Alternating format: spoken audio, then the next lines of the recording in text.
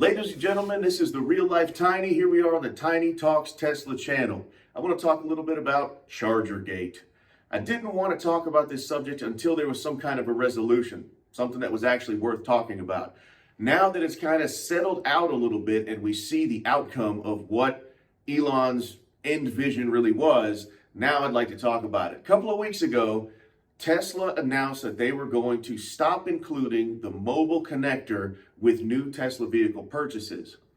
I am one of the many millions of people who were up in arms about it because it seemed a little bit like the Apple complex where, yeah, we'll sell you a phone, charger sold separately. It seemed a little beat up to me. The reason that Elon gave was the reasoning that usage statistics were extraordinarily low. That doesn't make any sense because most of the open source data that's out there, including public polls and people giving their opinions, made it seem like it appears as though most people use the mobile connector reasonably regularly, and there's a large group of people who use the mobile connector as their primary means of charging.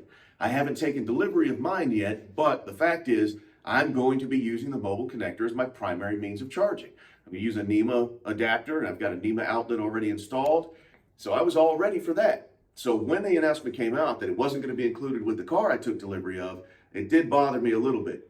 So now I didn't go on Twitter, lose my mind. I didn't threaten to cancel my vehicle or anything like that.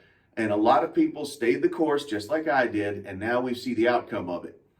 What happened was that Elon did announce that he was going to reduce the price of the mobile connector and the wall charger and make it easy to choose one or both at checkout during purchase of a vehicle. And those things have come to fruition. In the design studio right now, when you design your car and build it, you have the choice, your charging option. You can choose the mobile connector or the wall connector or both. When you check out, at checkout in the design studio, you do have to pay the full price for those options. So if you pay the $200, which is what the mobile connector now costs, you have to tack that $200 on to your checkout price in addition to the $250 non-refundable order fee. If you choose the wall connector, the wall connector is now $400, and so you end up paying a total of $850 as an example if you choose both a wall connector, mobile connector, and of course your $250 non-refundable deposit. He did make it easy to order at checkout, but it does appear as though those options are affecting delivery times, which kind of make me and most of the community believe that the reasoning behind taking the mobile connectors out of deliveries as an included option is simply because they were running out of materials. We know that there's a global supply shortage. We know that there's a worldwide supply shortage of all types of materials, particularly those materials involved in technology. Chip shortage, copper, cobalt, nickel, lithium, all of these things, they're in short supply right now.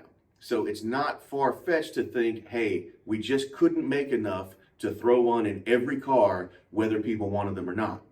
So now that we know the outcome of it, I feel much better about it. And I also got some good news because my vehicle order was placed prior to, I believe it was April 24th was the final date that they decided on. My car will still come with a mobile connector. So on a selfish note, I'm kind of happy about that.